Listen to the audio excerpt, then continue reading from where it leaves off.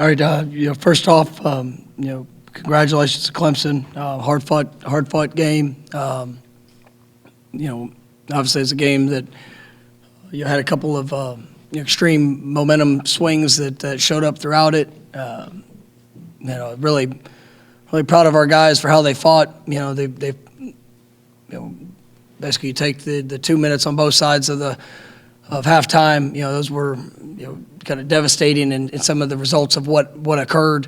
Had a turnover, obviously led to a quick touchdown.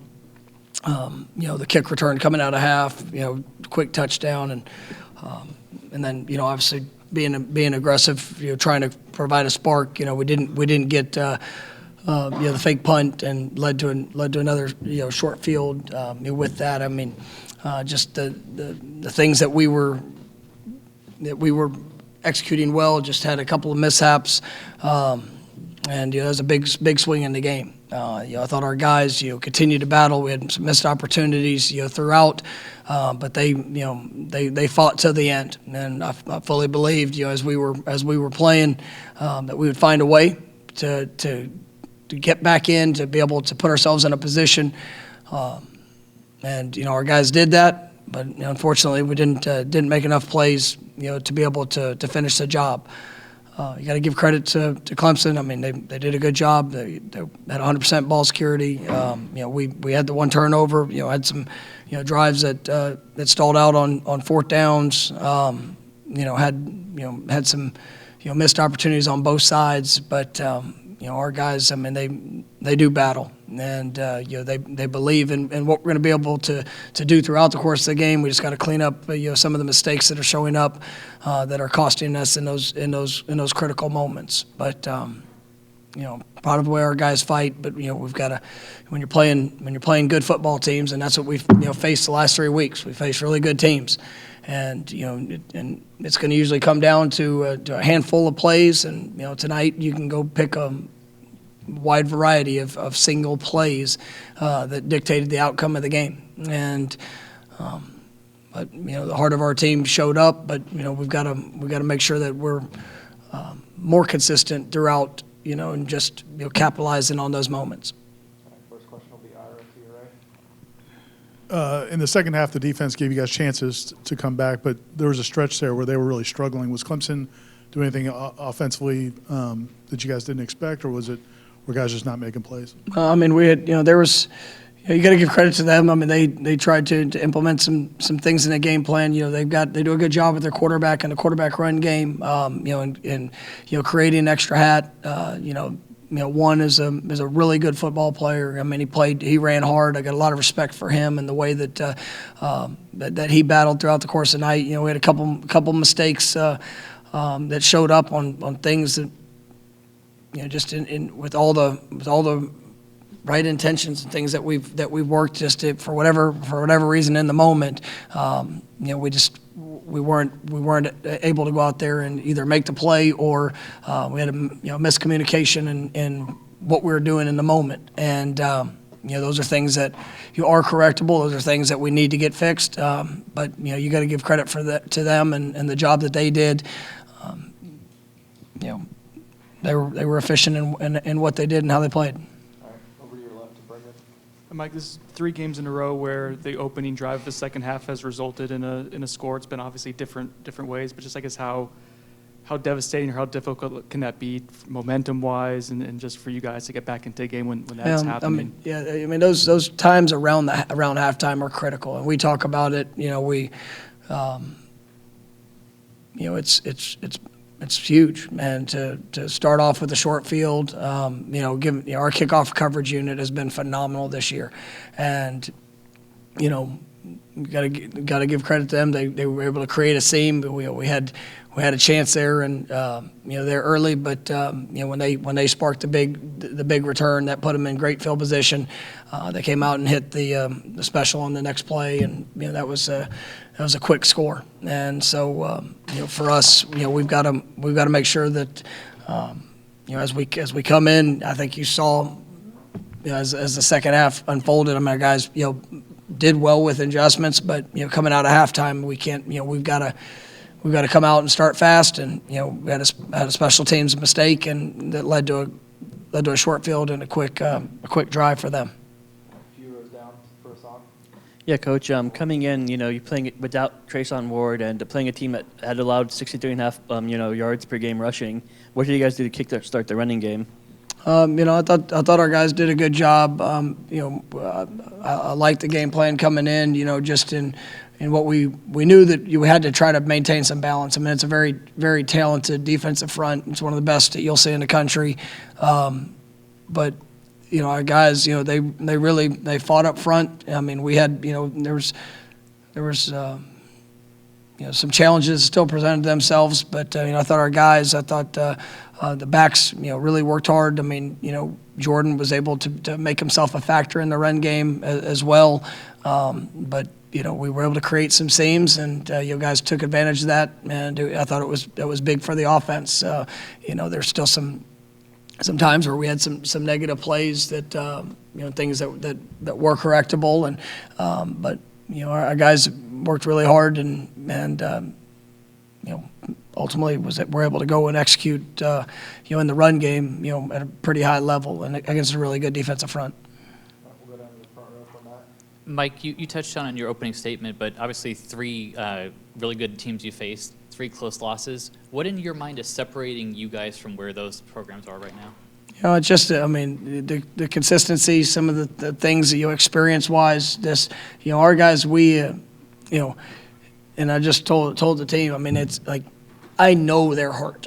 I know their belief. I know their work. And that's what, ultimately, I respect this team because of the way that they work and the way that they go about it, how much they care, and they want it so bad. But there's times that are showing up throughout the course of games where we're having, a momentary, issue that shows up. And, it's just the consistency of that play. You see the flashes, you see the sparks, you see all those things that are showing up, big picture, but just the play in, play out consistency. You can't have those critical errors, those big mistakes that show up. I mean, in games like this, and you go through. I mean, the last 3. I mean, I think you play in teams that are very experienced. You look at that defensive front. I mean, that's a very experienced group. You look at these teams that they're playing at a high level. I think we got one takeaway in the last 3 games. I mean, that's tough to go against, but you got to give credit to those teams. They're owning the ball, they're doing a good job in the things that they can control. And then if we have a mishap, whether it's whatever, offense, defense, special teams, it's just for us to overcome that. We got like I said, we got some new faces, we got young guys, we got guys that are battling injuries, and that's all part of the game.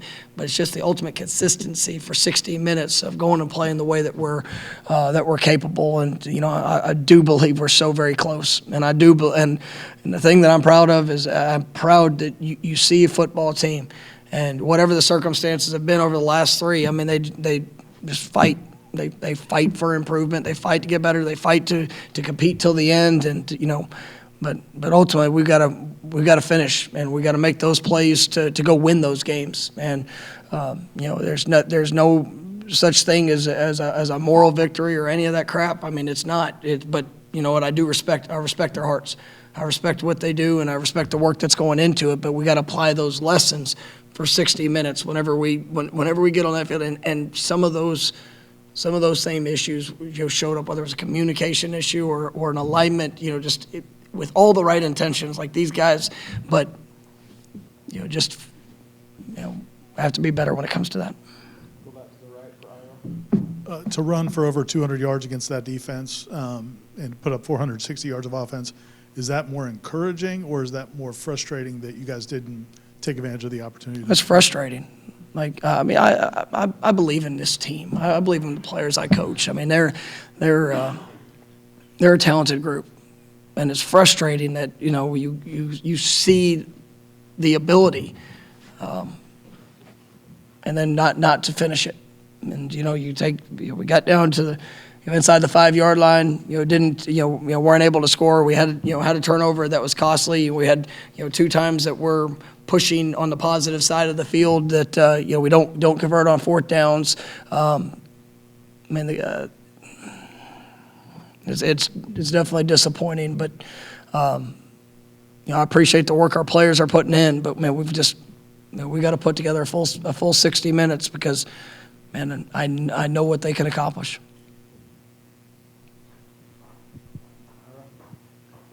Jordan obviously didn't hit all his throws, but that throw late to Kentron was a big-time throw, and the way he battled, I guess if you could just talk more about how. Yeah, I mean, he showed his heart, and, it's tough. I mean, you're playing against, the challenge for our offensive line against that defensive front, for quarterback, for the rhythm, for the timing, all those things, and, he had to work tonight, and it was, there were some throws he'd love to have back, some moments, obviously, but so I just kept telling him on the sideline is you just continue to go out there and play, just continue to be you, and you'll take what they're giving you.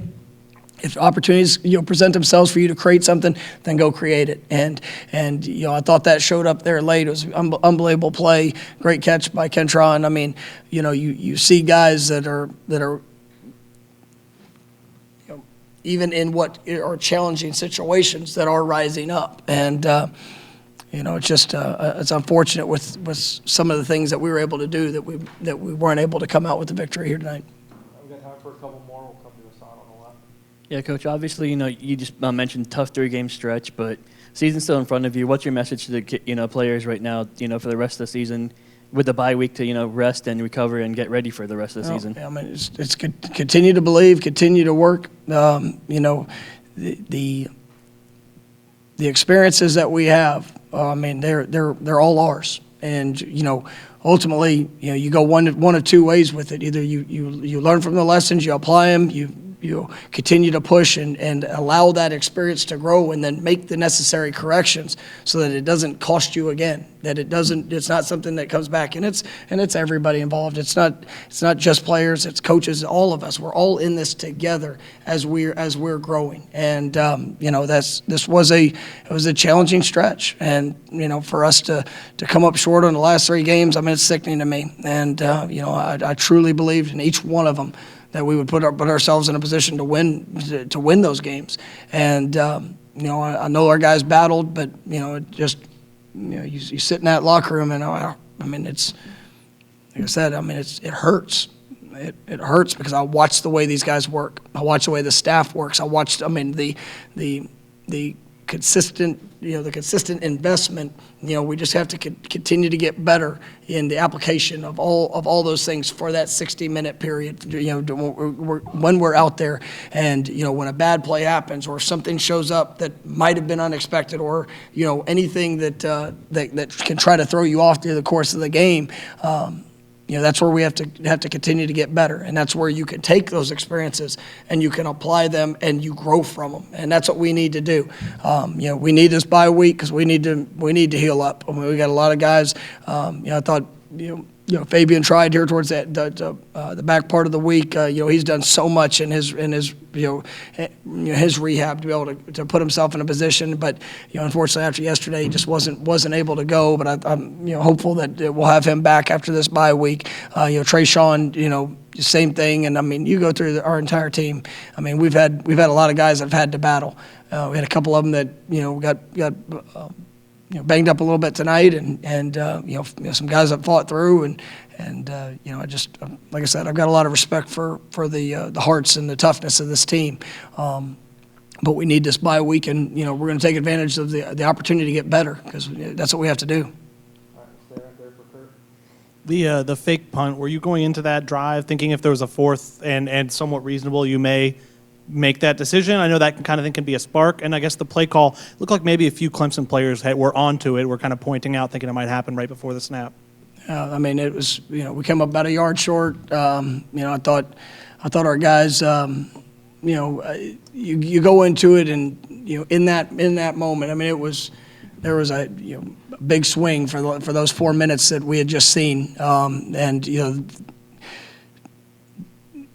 the worst thing that could have happened would be a 3 and out, and just get the ball back to them. We're trying to provide a little bit of a spark, and ultimately, I mean, the defense had to go out there and and had to respond, and they were put on a short field, and I believe held them to a field goal in that drive at that, and that kind of even with that, there was an opportunity to respond to another short field, and they did that, and they held them to a field goal. Obviously, Clemson was able to get points on the board, but just trying to create that play, and they did a good job of stopping it, but it